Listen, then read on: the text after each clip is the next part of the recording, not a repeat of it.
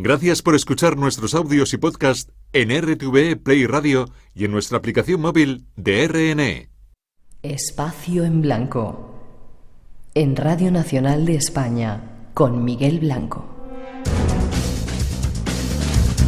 3 y 7, 2 y 7 en las Islas Canarias, segunda hora del Espacio en Blanco. Bienvenidos de nuevo si estáis ahí en directo, si descargáis en el podcast o si escucháis a través de la radio online en esos cientos de países en todo el mundo. Estamos tratando un tema que hemos titulado Puro Veneno con el doctor Roberto Pelta y a ver esto, ya tenemos muchas cosas más para contaros. Tras esa introducción, lo hacemos.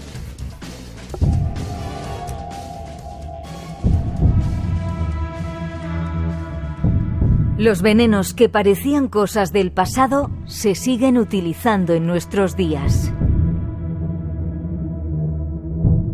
Este es un ejemplo, nos lo ofrece VisualPolitik. El propio Lenin, el padre del movimiento bolchevique ruso, impulsó la creación de una red de laboratorios secretos para investigar y desarrollar nuevos venenos. Y después, durante la era de Stalin, se fueron sumando muchos más. El más famoso fue el LabX, conocido popularmente como Cámara. El objetivo inicial de estos laboratorios era probar y perfeccionar venenos ya existentes. Un objetivo para el que no dudaban en utilizar a prisioneros vivos de gulags, a los que se envenenaba con gas mostaza, ricina, digitoxina, curare, cianuro, entre otros muchos agentes tóxicos. Todo esto al más puro estilo del Dr. Mengele o del Escuadrón 731 japonés.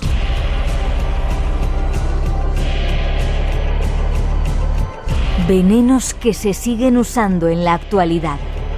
Veamos qué opina nuestro invitado.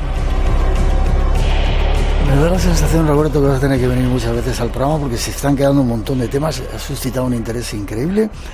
A ver, luego hablaremos de los venenos que se utilizan en la actualidad, pero te voy a hacer una batería de... Yo, como soy noctámbulo, no tengo problema. Me alegro.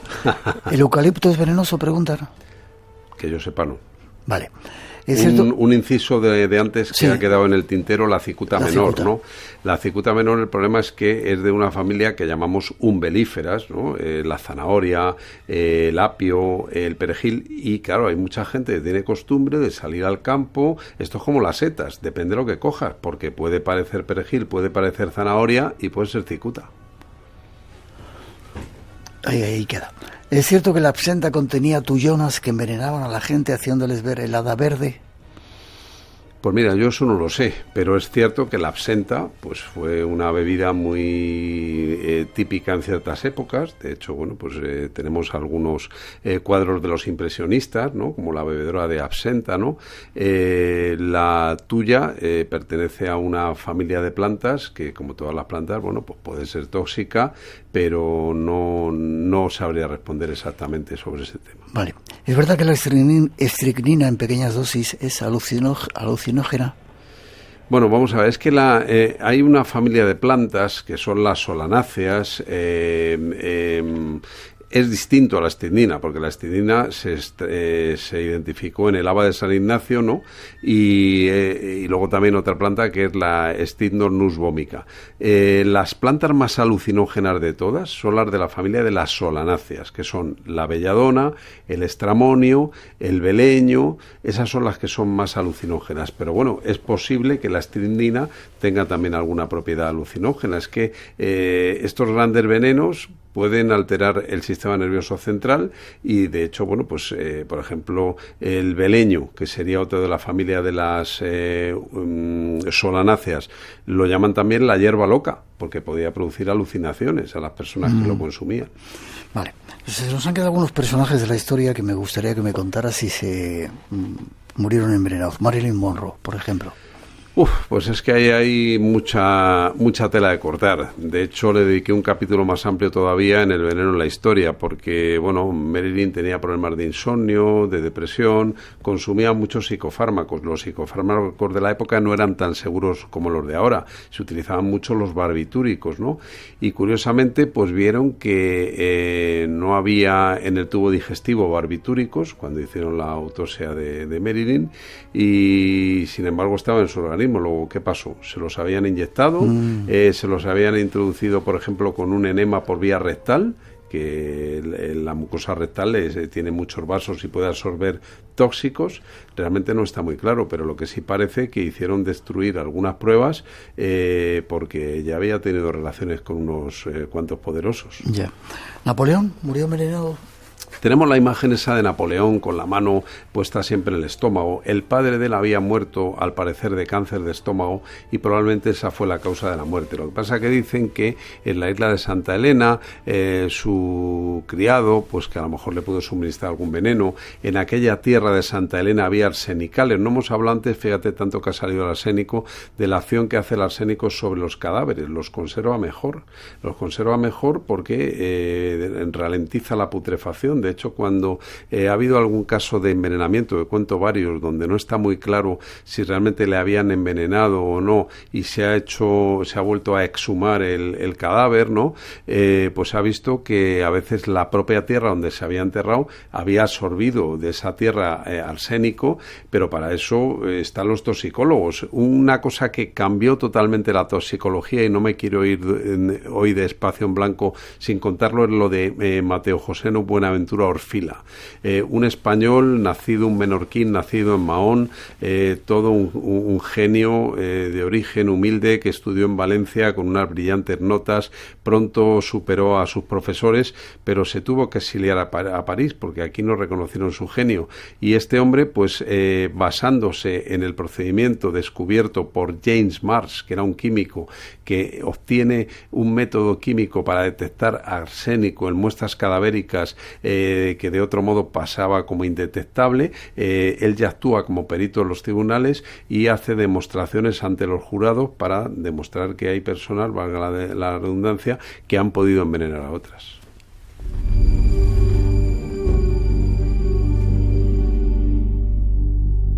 Vamos con esa última parte que queríamos tratar. Venenos que se utilicen en la actualidad. Hablábamos de Rusia, donde parece que había toda una escuela para probar venenos utilizados incluso como armas. ¿En Japón también? Bueno, en Japón efectivamente pues ha habido algún caso. Por ejemplo, en el metro de Tokio, en hora punta, a las 8 de la mañana, pues acudieron allí unos señores con gas sarín, que es un gas súper venenoso, y lo liberaron en el metro de Tokio y claro, hubo varias víctimas, ¿no? Es que además este tipo de gases tan potentes están prohibidos por la Convención de Ginebra, no se pueden utilizar, ¿no? Pero, por ejemplo, Saddam Hussein los aplicó contra los kurdos, ¿no?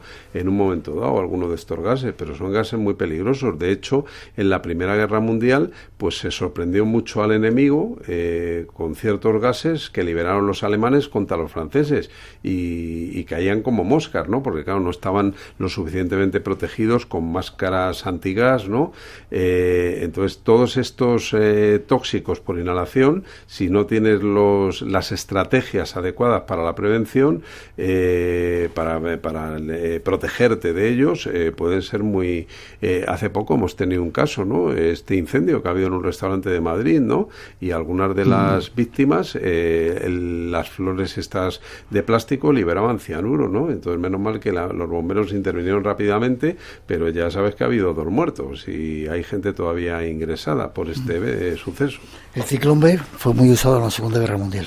Claro, el ciclón B se utilizaba pues para tratar los piojos que causaban el tifus exantemático y contenía cianuro, ¿no? Y entonces, bueno, al final lo llevaron a los campos de concentración y lo utilizaban para cargarse gente en los campos. También hay que hablar del uso del cianuro, además, antes o coincidiendo con la silla eléctrica, ¿no? Las cámaras de gas en Estados Unidos para justiciar, ¿no?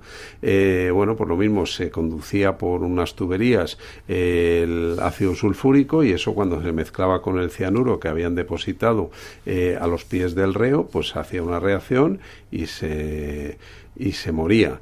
Es que, claro, las ejecuciones a lo largo de la historia han ido variando. Aquí tuvimos un caso que tú recordarás, el de la envenenadora de Valencia, que salió en una serie de La huella del crimen, sí, ¿no? Que lo interpretaba magníficamente Terele Pávez, y esta mujer pues trabajaba de doméstica en varias casas, hasta mira que por dónde se topa con el doctor, creo que se llamaba Berenguer, que era un médico militar y que tenía en su biblioteca el famoso manual de don Gregorio Marañón, Manual de Diagnóstico Etiológico.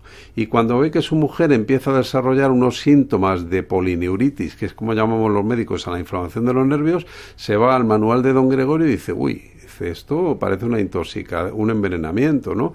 Y bueno, fue la última mujer ajusticiada a garrote vil en España, en la prisión de Valencia. Volvamos a los rusos. Hay muchos disidentes rusos que últimamente han sido matados de alguna manera. Se piensa que han sido envenenados, ¿no? En tu libro hablas de alguno de ellos. Claro, hablo de alguno de ellos. Cuento el caso de Litvinenko. Sabes que ha habido también otro caso de un opositor que le administraron dioxinas, ¿no? Y que le alteraron incluso su aspecto físico. El problema de todos estos venenos, que como supongo que hay químicos que no paran de descubrir, pues siempre nos van a pillar de sorpresa, ¿no? Fíjate tú, que lo pongo en el libro, ahora que hablábamos de disidentes, ¿no? Un disidente búlgaro, años atrás, ¿no? En el año 56 creo que fue, en el puente de Waterloo de Londres, parece que se ha tropezado con un señor al salir de un taxi. No, es que le disparó con un fusil que llevaba oculto en el paraguas, y esa bala, que era una bala de iridio, llevaba alojada dentro la famosa ricina con la que inaugurábamos hoy el programa, ¿no? Hablando de la toxicidad de la ricina. Y él era un locutor de la BBC que había huido de Bulgaria, ¿no? Porque estaba considerado como un disidente político, y murió.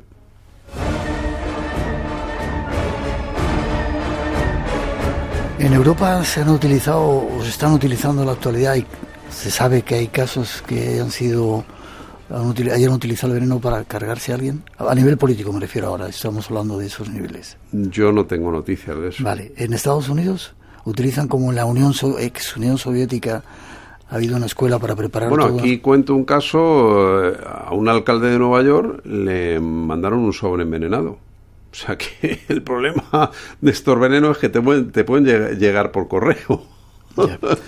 Casi terminando, pregunta que cuál para ti es el personaje más envenenador de la historia, si es que hay alguno. Bueno, pues más allá de la fama de muchos, ¿no? Como los Borgia, los Médicis, yo creo que realmente se convirtió en una asesina en serie esa marquesa de Brinvilliers, allí en la corte del Rey Sol. Lo que pasa es que, claro, este tipo de personajes de la aristocracia estaban muy protegidos por el rey, pero fíjate tú que a ella la sucedió la marquesa de Montespan, y tuvieron que nombrar un oficial de policía, Le Reyni, que bueno, que este fue un gran investigador del tema, porque además esta gente se metía en ritos de magia negra, probaban los venenos con niños, sacrificaban niños, ¿no? O sea, había un ocultismo tremendo. Hacían reuniones, en esas reuniones a muchas mujeres que estaban descontentas con los maridos les suministraban la pócima para que se la dieran al llegar a casa, y eso fue el famoso escándalo o drama de los venenos que conmocionó a la Francia del siglo XVII. Has hablado antes de Fernando el Católico. Vuelven a preguntar por Fernando el Católico. ¿Murió envenenado? Bueno, vamos a ver, él se casa en segundas nupcias con Germana de Foix, que era sobrina suya. Ya sabes, esta costumbre de la aristocracia de casarse a veces entre familiares, ¿no? Y querían tener descendencia. El primer hijo que tienen, pues muere pronto, y entonces ella busca la ayuda de algún boticario, de algún hechicero, que pueda proporcionarle algún afrodisíaco, ¿no? Y entonces se supone que cuando muere cerca de Madrigalejo había tomado cantaridina. La cantaridina no la hemos tocado antes, pero no me quiero ir de aquí sin hablar dos palabras de ella. Es un veneno de origen animal que se obtiene de la alita vesicatoria o cantaris, y bueno, es un coleóptero, aunque se llama la mosca española. Entonces se tritura, y el polvo de cantáridas bueno, pues aumenta la circulación. Por eso se utilizaba en la época de las brujas, ¿no? En la Edad Media, para introducirlo por la vagina y producir el aborto, ¿no? Porque irrita mucho la vía geniturinaria, ¿no? Pero también era afrodisíaca por ese poder rubefaciente que tenía de estimular la circulación. En algunos países del mundo lo utilizan para afrodisíaco, para dar poder, decían, a los hombres. Claro, efectivamente. Yo creo que siempre todo veneno, como decíamos antes, lleva aparejado, por un lado, el efecto beneficioso y por otro lado, el efecto perjudicial. Pero sí. Y entonces Fernando el Católico se cree que pudo morir envenenado por cantaridina.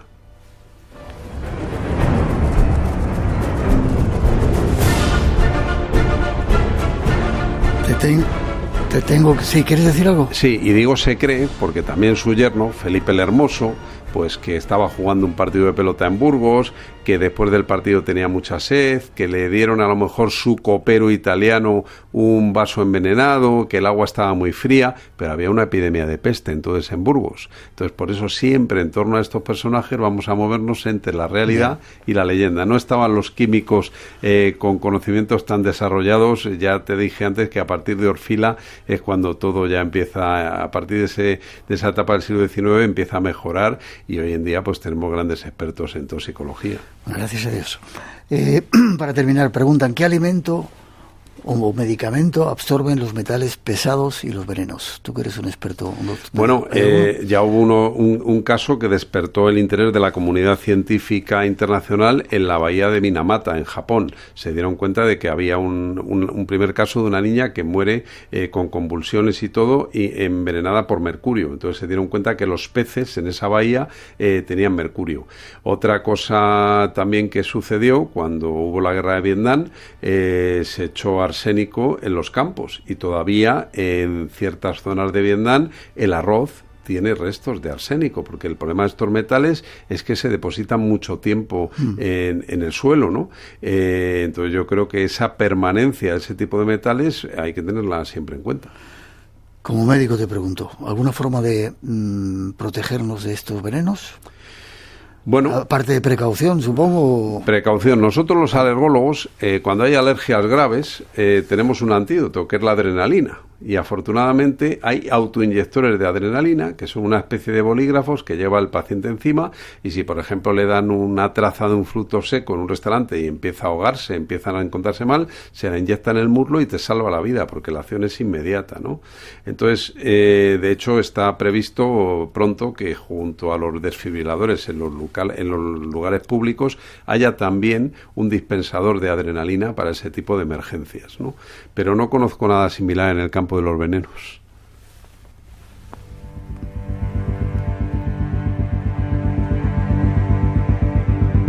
Roberto, ha sido un placer tenerte con nosotros. Espero que hayas disfrutado en el programa.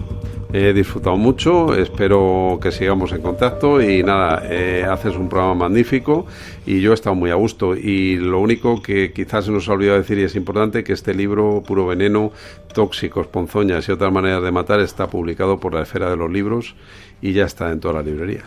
Iba a decir eso, si queréis saber más, Puro Veneno, Tóxicos, Ponzoñas y otras maneras de matar, escrito por el doctor Roberto Pelta. Vete dándome hora para tu consulta. Que iré a verte. Ha sido un placer, espero volver a verte muchas veces. Muchas gracias, Miguel, buenas noches. Gracias. 3:24, 2:25 casi ya. Seguimos adelante, hay más cosas que queremos contaros.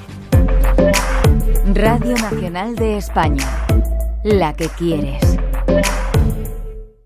Una enfermedad multisistémica y multiinfecciosa. Esta semana, coincidiendo con su Día Mundial, hablamos de la enfermedad de Lyme, más conocida como la enfermedad de la garrapata. Primero quitar bien la garrapata. Esto no se hace con pinzas, ni echando gasolina, ni aceite. Memoria de Delfín. Me quedé inmovilizada durante 6 meses y el cuerpo no reaccionaba. ¿Sabían ustedes que se puede cronificar y tener manifestaciones dermatológicas, reumáticas, neurológicas, cardíacas? No podía ni girar los ojos. Memoria de Delfín, con Arturo Martín Lafuente. Si les interesa, escúchennos. Los domingos a medianoche, las 11 en Canarias. No se lo pierdan. Y recuerda, Solo en Podcast. ¿Alguien sabe quién lo hizo? Escucha el capítulo 2, titulado Perlas ensangrentadas. RTV, la que quieres. Ha leído la maldición. ¿Se atreve a desafiarla? Viajamos al pasado. Vuelva y entiérrelo donde lo encontró. Para mostrarte los misterios de nuestro futuro. ¿Te unes a la aventura? Examinaremos el cofre juntos. Espacio en Blanco. En Radio Nacional. Con Miguel Blanco. Hay que clausurar el EGM. Está visto que no sirve para nada. Todo trolas. Yo desde Zamora los escucho hace, más de 40 años, yo creo. Así que no vengan con milongas. Fuera EGM, no sirve. Gracias.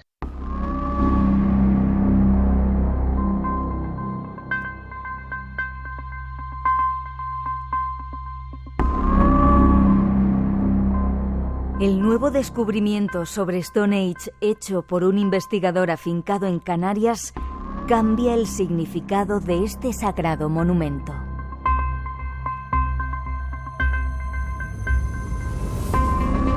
Una nueva interpretación de la función del círculo megalítico de Stone Age en Inglaterra, gracias a la arqueoastronomía, permite concluir que no fue utilizado como un calendario solar gigante. Para conocer más datos sobre este estudio, hemos decidido ponernos en contacto con su creador.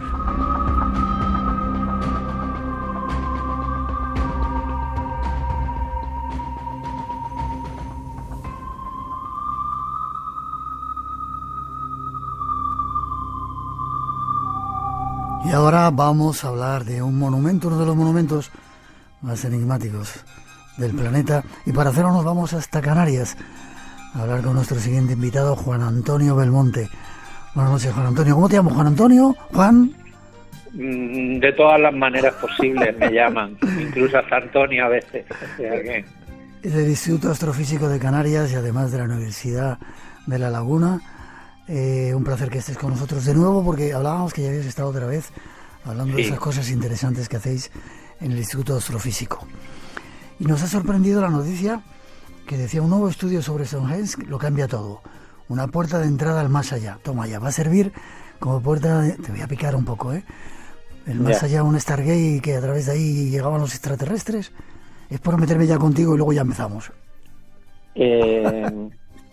En realidad lo que nosotros hemos hecho ha sido falsar una hipótesis de un arqueólogo británico y que defendía que Stonehenge era una especie de calendario en la piedra. Y lo que en realidad nosotros postulamos es que la hipótesis más factible es la que vienen defendiendo arqueólogos como Mike Parker Pearson y arqueastrónomos como Clyde Ruggles, de que Stonehenge es en realidad un gran monumento funerario donde se realizaban peregrinaciones en momentos claves del ciclo anual, ¿no? Como podían ser los solsticios de verano e invierno, sobre todo posiblemente el solsticio de invierno, porque es el momento del renacimiento del sol, ¿no? Y en un monumento funerario pues es quizá el planteamiento más adecuado, el más razonable. Ya. Qué curioso que nos habíamos quedado todos con esa idea, por lo menos que había surgido, que era una especie de observatorio astronómico, y sin embargo vosotros, con la investigación que ahora me vas a contar cómo lo habéis hecho, cambiáis la idea y decís que es un monumento funerario. ¿Eso significa que se han encontrado tumbas, restos? Sí, hay en el interior del monumento se han excavado restos, además restos general de personas importantes, o sea, con restos arqueológicos sugerentes. Y luego Mike Parker Pearson hace unos años descubrió el conjunto de Darlington Walls, el poblado que se encuentra a una cierta distancia de Stonehenge, donde residía la población que iba a realizar los peregrinajes al monumento. O sea que es todo un conjunto de elementos, unas villas, unos monumentos megalíticos que están asociados a una fenomenología relacionado con el liderazgo posiblemente, y ese liderazgo, a esos líderes, es a los que se les rendía culto, a los antepasados en el propio círculo de piedra, ¿no? Y claro, eso no cuadra mucho con la idea popular de que existe desde los años 60, de que Stonehenge es en realidad una calculadora neolítica, ¿no? Lo que carece de todo sentido, ¿no? De calendario juliano plasmado en la piedra, pues nos llamamos, nos comunicamos y decimos, esto hay que pararlo, ¿no? Porque esto no tiene pies ni cabeza.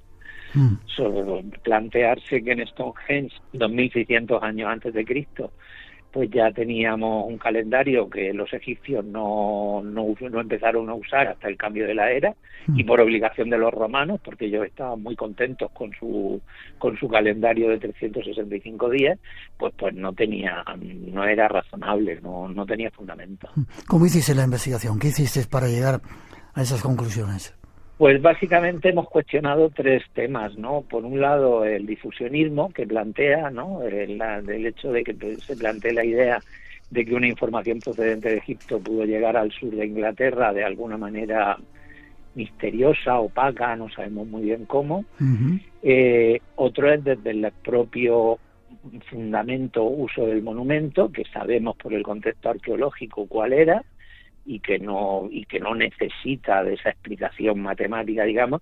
Y el tercero es la pura numerología que se recoge, que el artículo recogía, que no es, que estaba incompleta. O sea, hay un número fundamental que es el 12, que sería el número de meses del año, que no aparece por ninguna parte plasmada en el monumento.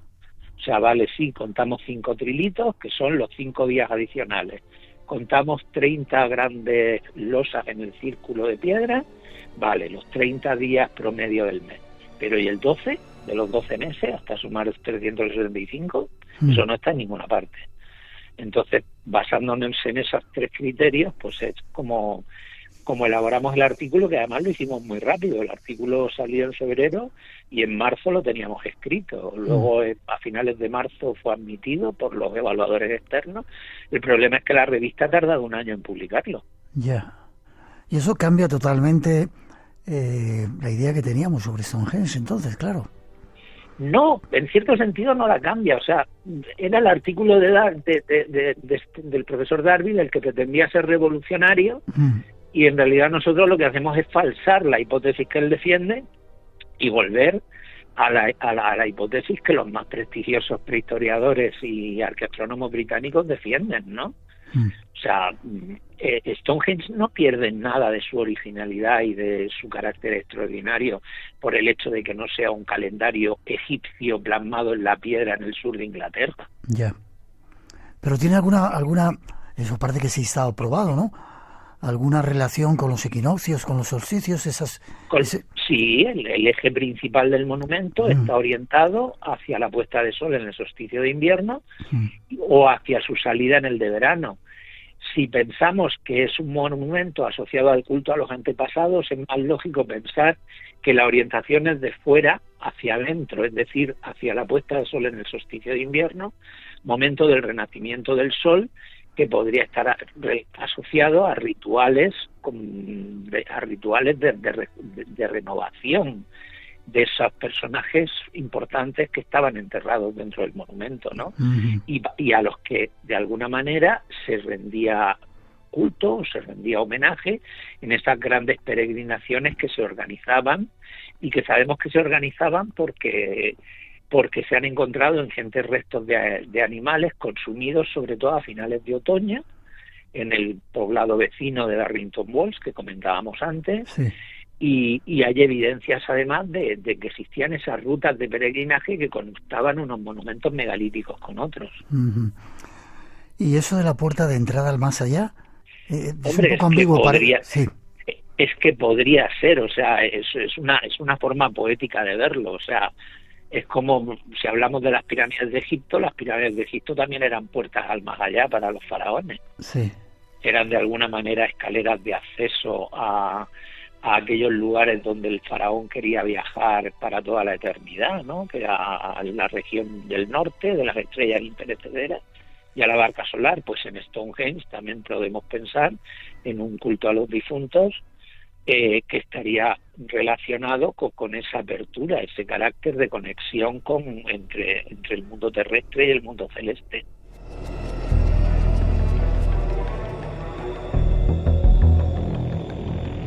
Qué bien que nuestros investigadores pongan el punto sobre ciertas cosas que a veces damos por sentadas y que, como habéis demostrado en este trabajo, no eran tan ciertas como parecían.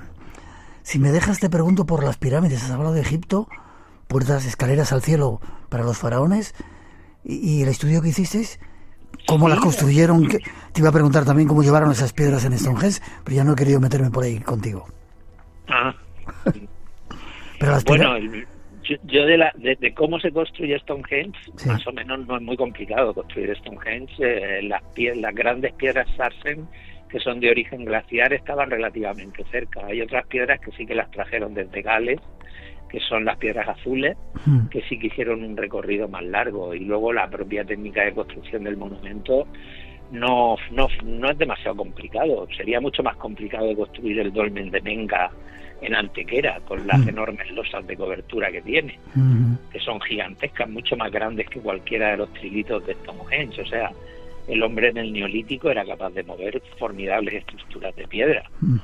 Y en el caso de las pirámides, pues las pirámides de Egipto es la última evolución de los monumentos funerarios. En realidad es un monumento megalítico, puesto que está construido de grandes piedras, es como un dolmen a escala piramidal, donde al introducir al faraón, pues por unas vías de acceso podía acceder al dominio de las estrellas imperecederas en torno a la estrella, al polo norte, ¿no?, que era una de las regiones que sabemos por los restos de las pirámides que el faraón quería llegar después de su fallecimiento, y el otro era acompañando al sol en la balca solar, ¿no? Por eso los templos funerarios de los conjuntos piramidales están orientados hacia el este, hacia el sol naciente. Qué curioso. Antes de que te vayas, necesito preguntarte, esa gente que construyó todo eso, ¿de dónde le vino el conocimiento? Algunos dicen que los dioses venidos del cielo les enseñaron. ¿Tú qué opinas?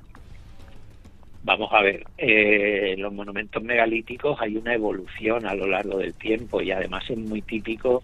Toda gran cultura, cuando se constituye en un estado, en una sociedad compleja, acaba construyendo grandes monumentos de piedra, porque la construcción de esos grandes monumentos de piedra actúa como factor de cohesión de la propia sociedad. O sea, si tú tienes que construir la casa para tus antepasados a los cuales vas a rendir culto, pues lo mejor es construirla de la manera más duradera posible. Por eso hay culturas ciclópeas o megalíticas están por todo el planeta. O sea, las hay en Pascua, la hay en Madagascar. En Madagascar se construyeron dólmenes hasta el siglo XIX. La hay pues no sé, incluso aquí en Canarias hay pequeños, a escala menor, pequeños monumentos. Es decir, es muy generalizado. Y las pirámides es el ejemplo más excepcional. O sea, hay egiptólogos que dicen que no fueron que no fue Egipto el que construyó las pirámides, sino las pirámides las que construyeron Egipto. Sí. Es decir, que al necesitar crear una sociedad unificada, con una fortaleza, un estado centralizado lo suficientemente poderoso para poder construir esas magnas estructuras, fue lo que cohesionó la sociedad egipcia en el reino antiguo y le permitió sobrevivir durante un periodo de más de 600 años en lo que sería el primer gran estado-nación de la humanidad. Qué curiosa reflexión y frase que nos acabas de regalar.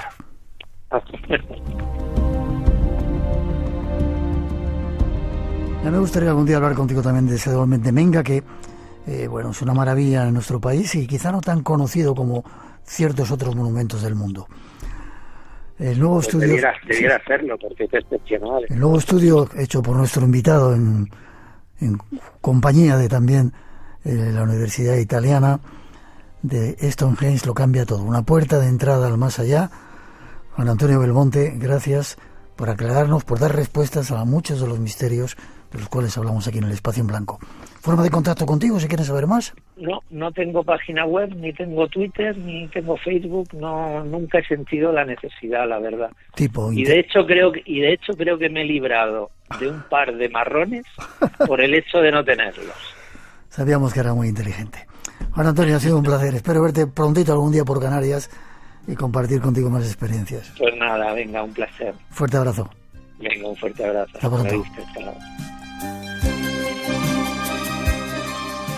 Espacio en Blanco. Cada madrugada de sábado a domingo, la magia del misterio te espera en Radio Nacional de España.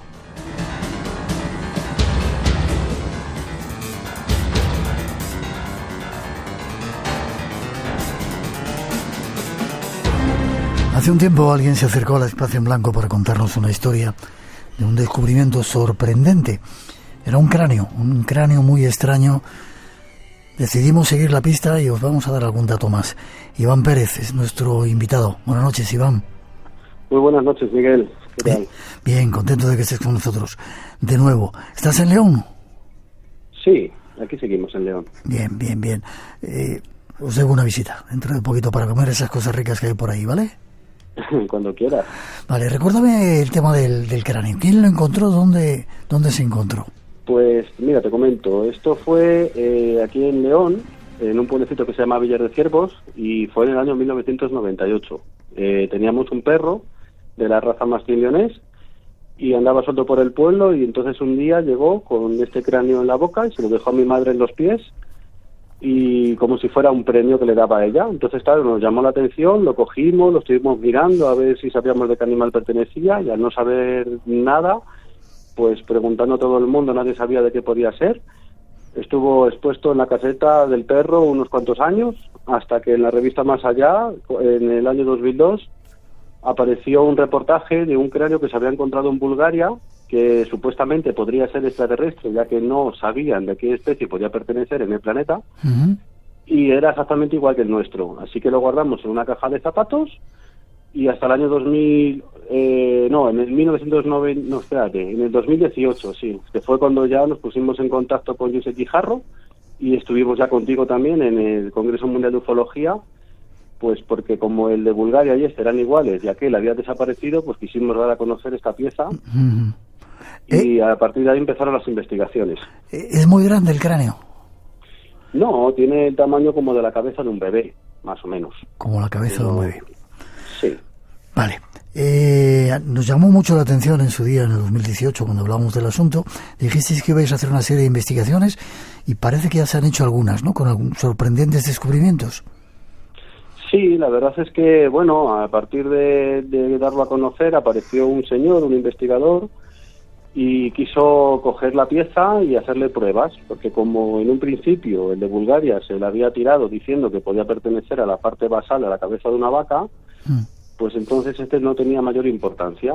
Y lo que primero se hizo fue, este hombre nos invitó a ir hasta Madrid, a un centro privado, a hacer una comparativa con la cabeza de una vaca y el cráneo en una máquina de TAC, donde se sacaron muchas fotografías milimétricas para poder comparar uno con el otro, a ver si realmente eran iguales o tenía diferencias. Y bueno, luego también cogieron dos muestras del cráneo misterioso, le llamamos así, y del cráneo de una vaca, y bueno, pues han hecho pruebas de microscopía, se han hecho varias pruebas comparativas, y la ciencia pues ha determinado que son distintos. No tiene nada que ver entonces con una vaca ni con un animal conocido.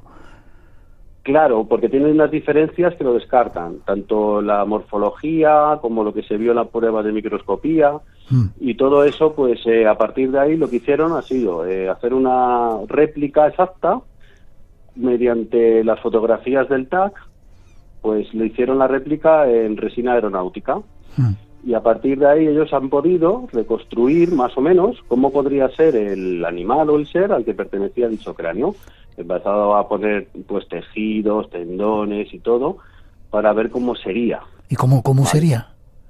Bueno, yo he visto la fotografía, la verdad es que es sorprendente, pero lo que tenemos que hacer es enseñarlo, coger las fotos y hacer una rueda de prensa o algo, y que la gente vea pues cómo sería la reconstrucción. Tiene un cuello largo, no tiene boca, pero tiene como unas trompetillas por donde se alimentaría.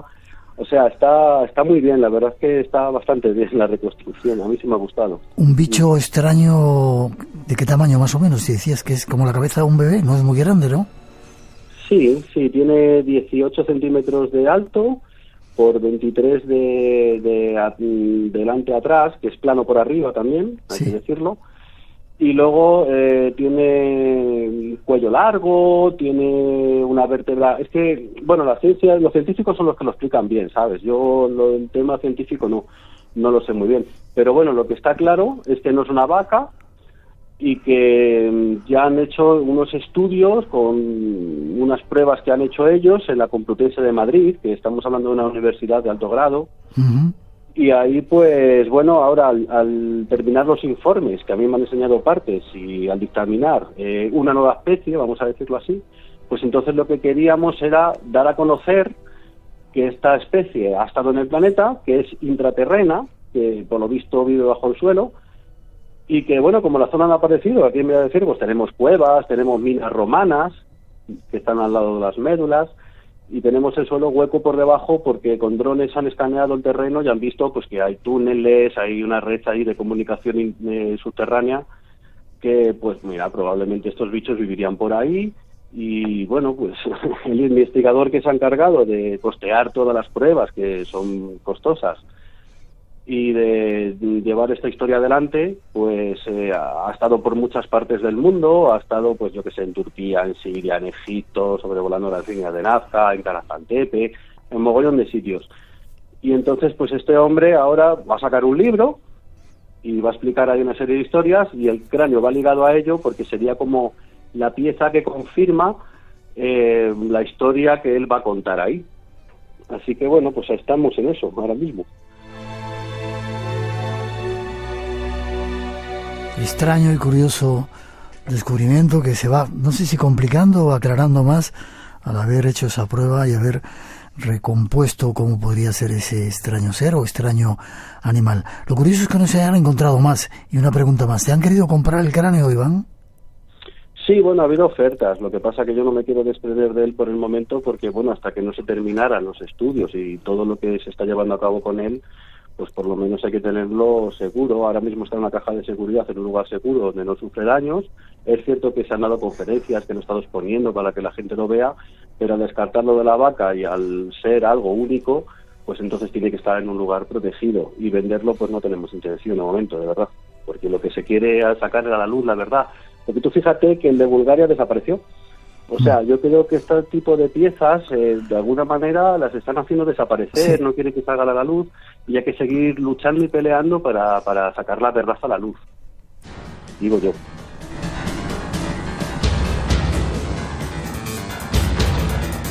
Cosa que te agradecemos, que hayas vuelto al programa para contarlo. Gracias por tu persistencia, por buscar esa parte de verdad de ese cráneo que alguien algún día os regaló, los cielos.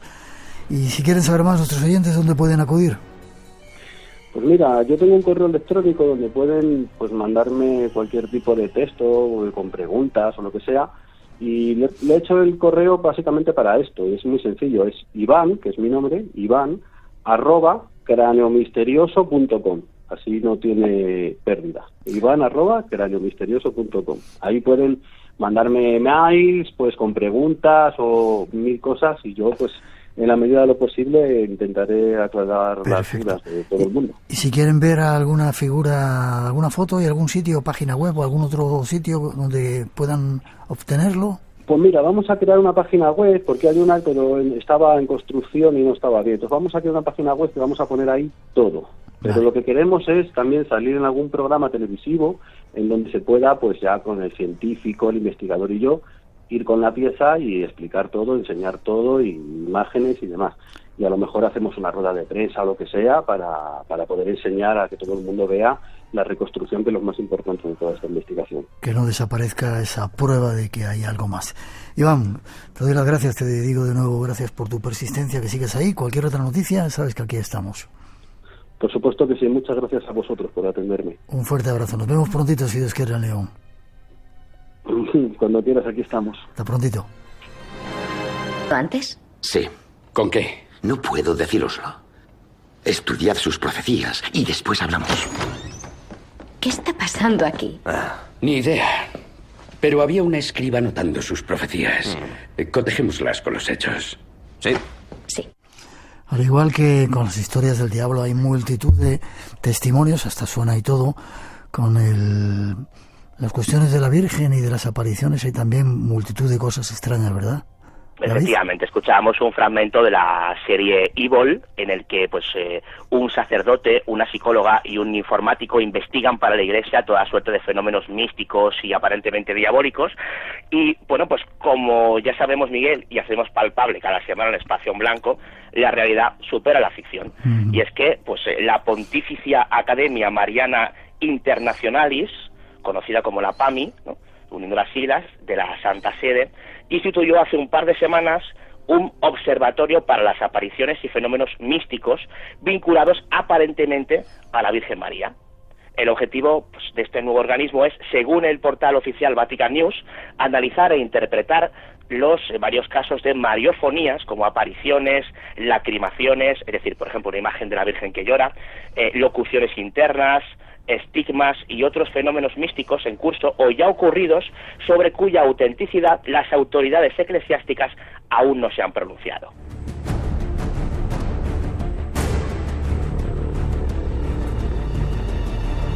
Estoy seguro que van a tener mucho trabajo. Según en Medjugorje, no sé si has estado, y había una estatua gigantesca, bastante grande, oscura, de la cual decían que sudaba agua y a veces sangre. Y parece ser que hay una mujer, tengo aquí la noticia, una mujer de Roma que afirma tener una estatua de este santuario de Medjugorje, en Bosnia y Herzegovina, que llora lágrimas de agua y lágrimas de sangre. Supongo que tendrá que estudiarlo esta PAME, ¿no? Este grupo de la Iglesia.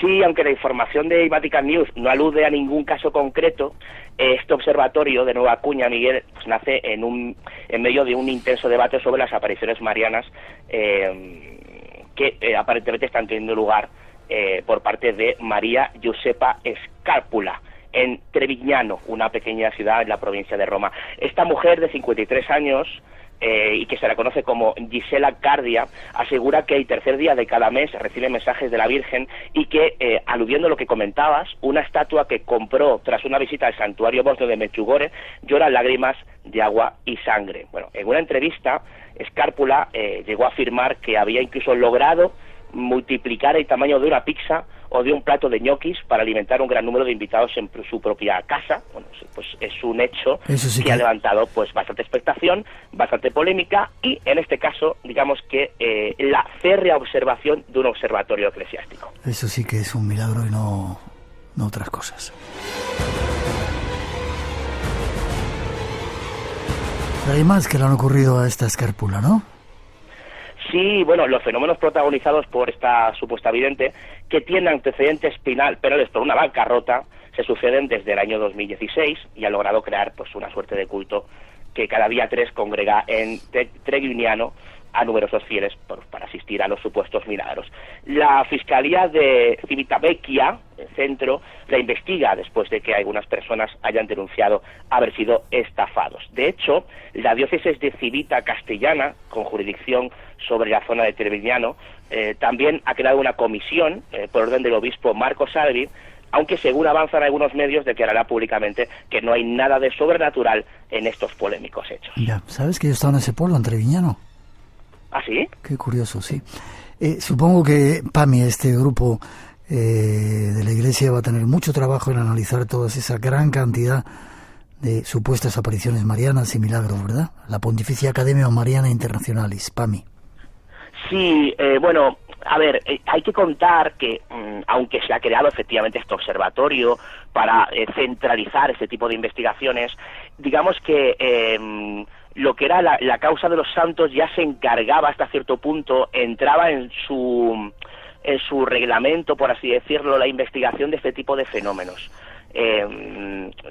Claro, lo que aquí sucede es que, tal y como pasó hasta hace poco con el tema de los ovnis, el Pentágono, aquí se ha creado una comisión específica para investigar este tipo de hechos relacionados con la Virgen. Y claro, no nos referimos solamente a apariciones marianas, ya hemos citado muchos fenómenos de tipo místico que, tanto si tienen o no una influencia mariana, pues estarían tipificados dentro de lo que podríamos considerar fenómenos inexplicados dentro del mundo eclesiástico o relacionada con las escrituras, con lo cual pues ahí la Iglesia ha dicho, con nosotros habéis topado y ahora vamos a ver qué sucede, si es que sucede algo.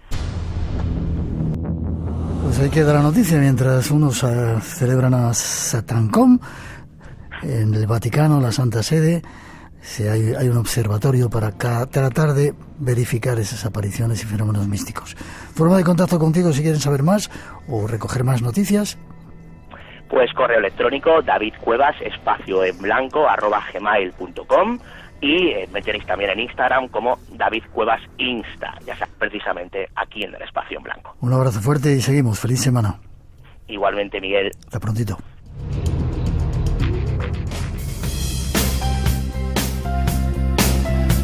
Y terminamos, tenemos el tiempo justo para decir los ganadores de este concurso de hoy, que han sido Joshua Azpizua Yerbi de Amurrio en Álava, Elizabeth Cabrera de Ferredo en Asturias, García White de un pueblo que se llama Guadalperales en Badajoz, Iván Semitiel Carrillo de Murcia y Virginia Domínguez de la Torre.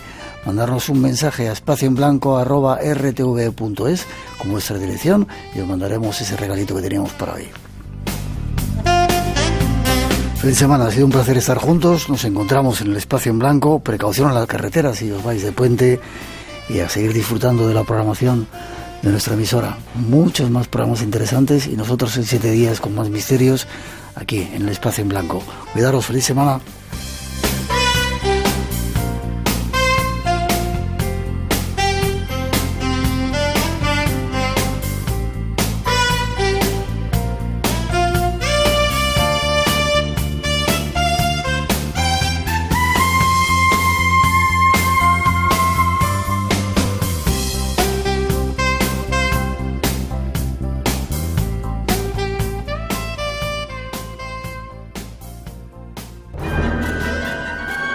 Por hoy terminamos. Recuerda que tienes una cita con el misterio, aquí en Radio Nacional. Será dentro de 7 días, en el Espacio en Blanco. Hasta entonces, feliz semana.